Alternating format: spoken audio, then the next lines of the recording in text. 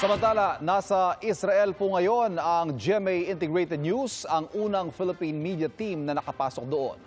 Ilang Pilipino sa Israel ang nais ng makabalik sa Pilipinas para matakasan ang gulo. Pero may ilan namang bumalik sa Israel para magtrabaho ulit. At nakatutok live mula sa Tel Aviv, Israel, si JP Soriano. JP.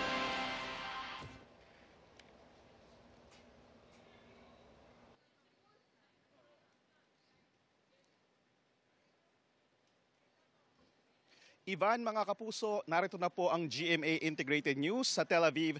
Ang kabisera ng bansang Israel na kamakailan lang ay inatake ng grupong Hamas matapos nga ang pag-atake nila sa southern Israel sa border ng Gaza. At dito po hindi naging madali ang pagbiyahe ng aming team dito sa Israel dahil nga po halos walang flight papunta dito at tanging mga diplomats at mga repatriation lang ang pinapayagan at yung mga kailangan pumunta rito. Pero nakasabay natin kanina sa Dubai sa ating connecting flight ang ilang Pilipino sa Dubai International Airport sa bansang UAE namin nakilala ang mga OFWs na sina Alan at Jenny Rose. Pero hindi sa Dubai ang kanilang final destination kundi dito nga sa Israel kung saan sila nagtatrabaho bilang caregivers. Nag-transit lang sila sa Dubai mula Pilipinas dahil walang direct flight pa Israel sa Pilipinas.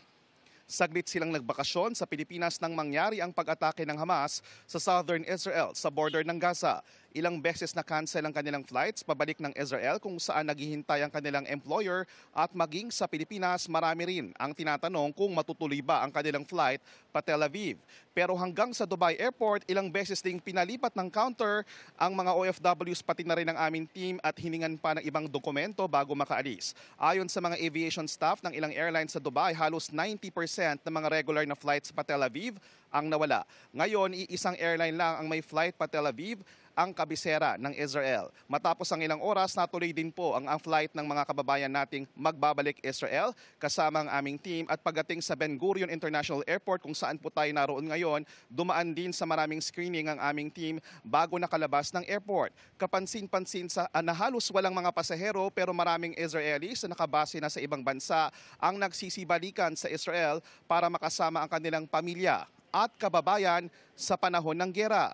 Kung bumalik ng Israel ang ilang OFWs, uuwi naman sa Pilipinas ngayong araw ang ikatlong batch ng mga Pilipinong kasama sa repatriation efforts ng gobyerno ng Pilipinas. Ngayong araw po ay hinatid na kasama tayo sa mga naghatid sa abot sa 25 na Pinoy workers sa Israel, ang kasama sa mga tinutulungan at inaasikaso ng Philippine Embassy sa Tel Aviv ang uuwi ngayong hapon dito sa Israel. Ngayong umaga dito sa Israel at bukas ng hapon sa Pilipinas darating. Kasama sa mga babalik ng Pilipinas ang isang Pinay caregiver na hinatid mismo ng apo ng lolang inalagaan ng ilang taon na Israeli national. Naging emosyonal po ang kanilang paalamanan sa isa't isa at nangakong muling makikita pag natapos ang digmaan.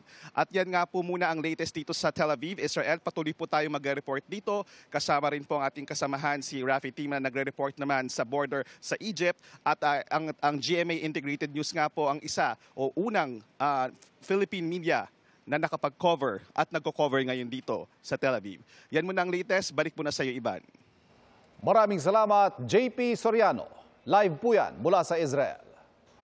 Mga kapuso, patuloy na tumutok sa mga balita. Mag-subscribe sa GMA Integrated News sa YouTube. Sa mga kapuso abroad, samahan nyo kami sa GMA Pinoy TV at sa www.gmanews.tv.